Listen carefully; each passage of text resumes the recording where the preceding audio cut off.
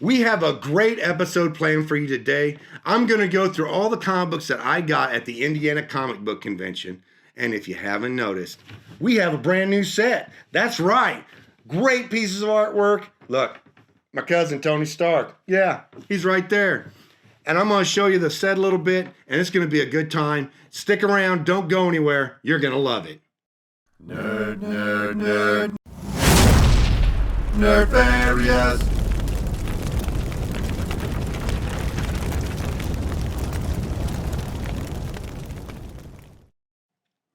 Hey, I'm glad you stuck around. Before we get into the comic book haul and my thoughts on the Indiana Comic Book Convention, let me show you around the set a little bit. This stuff is awesome. If you look here, this is a 4-foot by 6-foot canvas of issue 126 Iron Man. Yeah, it's bigger than me. It's taller than me. And then over here on the other side, this is a poster of an oil painting of the Avengers. It's in an Alex Ross style. And you can see that, I mean, these oil paintings that they do are so cool. You can actually see the reflections in the metallic surfaces. Awesome. Little bitty wasp here. And it's even got some of the minor Avengers that have shown up in the comic books in the background. All the way back here, Moondragon. You got the Beast, Wonder Man, Patsy, Hellcat, Walker, Jocasta. Really cool poster. Then on the other side, this is an Alex Ross painting, similar to the other one. And you can see the Justice League here. You know, his style is so incredible. You get the feeling that these are real people rather than fake superheroes. It gives credibility to this form of artwork. Awesome stuff. And then you can see down here below, we've got Batman issue number 1. And then next to it, a little sign for Welcome to the Batcave. And then over here, we have the Captain America issue 100, which is, of course, the premier issue after Tales of Suspense, where Captain America got his own title, Iron Man got his own title, but it started at number 1. Captain America's started at 100. And so that's actually the first issue of Captain America. But check this out. Is it incredible or what? Hey, before we get into the comics, let me tell you my thoughts about the Indiana Comic Convention. I think it is a great show. It has reasonable ticket prices, and it doesn't ever seem to be overly crowded. There's lots of people there, don't get me wrong, but the aisleways seem to be a little wider than when you compare it to C2E2 or Chicago Fan Expo. You don't have people like right up on top of you, which can be kind of gross. So there seem to be more female cosplayers than male cosplayers, and those that were male cosplayers were dressed up as female cosplayers. So anyway, a lot of female cosplayers, but overall, plenty of cosplayers to see. Really great show. And I got a lot of great deals. So let's check those out right now. And here we go. This first issue is Avengers number 18, volume 1 from 1965. Trying to get those last bit of Avengers under issue number 100. And it's really hard to find these in a really good condition. I would guess this is probably a very good find, but you know, when you get comic books before 1970, they're usually pretty rough and difficult to find in very fine near mint condition. All right, and then I picked up a slew of Iron Mans. That's right, it's not all Batmans today. That's my boy, Tony Stark, the Invincible Iron Man. All these books I got for $5 a piece. And let me tell you, they are all in, I would say, high-grade condition. Really impressed. Of course, issue 90, it's from 1976. Really good-looking book. Here we have issue 102. These are not key issues.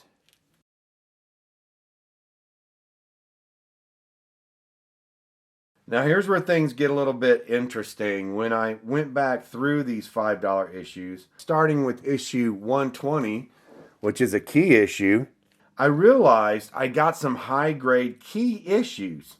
And I thought maybe, you know, I'm looking at this when I got home, and I think the vendor might have made a mistake pricing these, because these are worth more than $5. The Demon in a Bottle story starts with this issue. If you have read Iron Man or you know about the comic books, Tony Stark was an alcoholic, and there was a series of like 9 issues where basically Tony Stark lost everything, his business, the alcoholism took control. Really heavy issues to be portrayed in a comic book. Anyway, Tony Stark ends up basically being homeless, a bum, a wino on Skid Row. From riches to rags, he has to pull himself out of the gutter. Anyway, this is the beginning of that storyline. And in addition, it has the first appearance of Justin Hammer. You would probably remember him in the movie. Justin Hammer was a rival businessman of Tony Stark's. If I were to get this book in the grade that it is, the fair market value for this book is $65, and I got it for $5. I was confused. I was like, well, I think they made a mistake.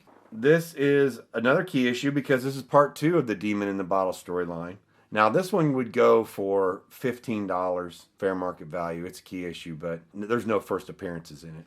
Issue 122. Look at that cover. Tony Stark is being electrified. 10,000 volts, people. 10,000. Oh, my goodness. Anyway, this is another part. This is part 3 of the Demon in the Bottle storyline, and it too would go for $15. Here we have issue 123, part 4 of the Demon in the Bottle storyline, and it goes for $15 as well. So I was really happy to get these books. I couldn't believe I had pulled some key issues out of a $5 bin. That is unheard of. Well, what's more unheard of is pulling it out of a $1 bin, but yeah, I didn't get that lucky, but $5, I'll take it. Here we have 135. It's not a key issue, but check that out. Titanium Man is in it. It's always cool whenever Iron Man goes up head-to-head against somebody who also has iron armor, because then it's almost like 2 titans clashing. And here is issue 138. Again, I got all these for $5, and it's not a key issue.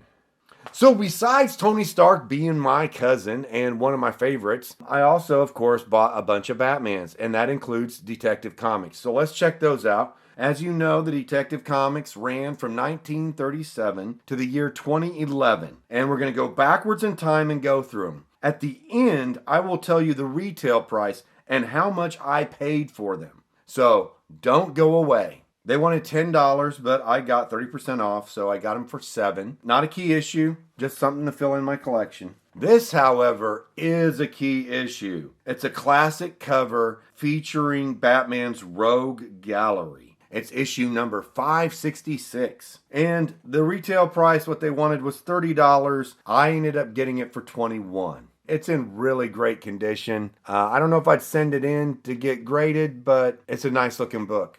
Cool thick book with Batgirl. They wanted $10 and I was able to get it for $8. Now this is issue 452 of Detective Comics. And I already had this issue, but it was super cheap at $5. It's a key issue. It has unnamed cameo appearances by Stan Lee and Jack Kirby as members of the Crime Exchange. Interesting. So originally I think they wanted $10 and I got it for $5. Issue 436, they wanted $20 for it, but I was able to get it for $17.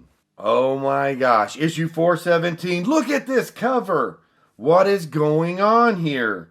Batman let someone else be him and the guy's sister got killed? I've got to know more. They wanted $15 and I was able to get it for $12. Number 360 of Detective Comics, Batman and Robin are DOA, dead on arrival? I'll say it again. Old Batman and Detective Comics are the best. I mean, hands down, I love them. Look at that. They wanted $10 and I was able to get it for $8.50. And here we go with issue 348. Now this is the last of the detective books that I picked up. This book is from 1966. It's not a key issue, but the cover art was done by Joe Kubert. Pretty cool. They wanted $20 and I was able to get it for $17. Now, moving on to the heavy hitters. We're going to get into the Batmans and we're going to get into some key issues. Let's just hit it hard right off. Look at this. Yes, that's Batman number 609. I already had this book and actually sent it into CGC. I have not received the slabbed book yet. It hasn't come back. So I'm not sure if I'm going to get a really great score. But if I don't, I could send this one in because it is in great condition.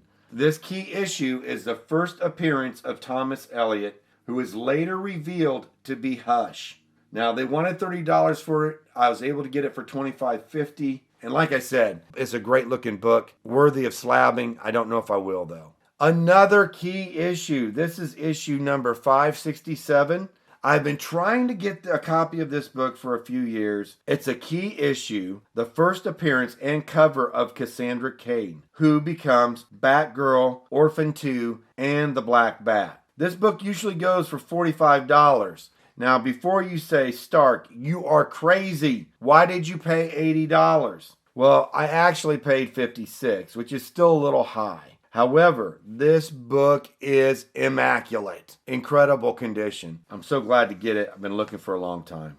This is issue 563, and it's a key issue because the cover was done by J. Scott Campbell, and it features the Joker. Now, I did pay, it's marked $15. I did pay full price for this book, and ordinarily I wouldn't, but I've been looking for this book for a long time and have been unable to find it. So when I ran across it, I was super psyched, and I just had to have it. Like I said, $15, and I paid $15 for it. Issue number 334. This is from the year 1981. It's not a key issue. I haven't read it yet, but it has Talia al Ghul, Ra's al Ghul's daughter on the cover, plus Catwoman. So it's gotta be good. They wanted $10 for it, and I paid $8.50. Here we have another key issue. It's issue number 318 of Batman, and it's the first appearance of the Firebug. The condition is very high grade. They wanted $25 for it. I was able to get $17.50.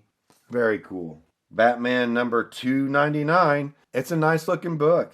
They wanted $10 and I got it for $8.50. Number 272. They wanted $10 and I got this for $8.50. All right, you gotta love these perfect bound 100-page Batmans. They're always jam-packed with stories. I mean, a normal comic book is 22 pages, so when you're getting 100 pages of story, back then that was awesome. And for only 60 cents. They wanted $33 for this. I got it for $23.10.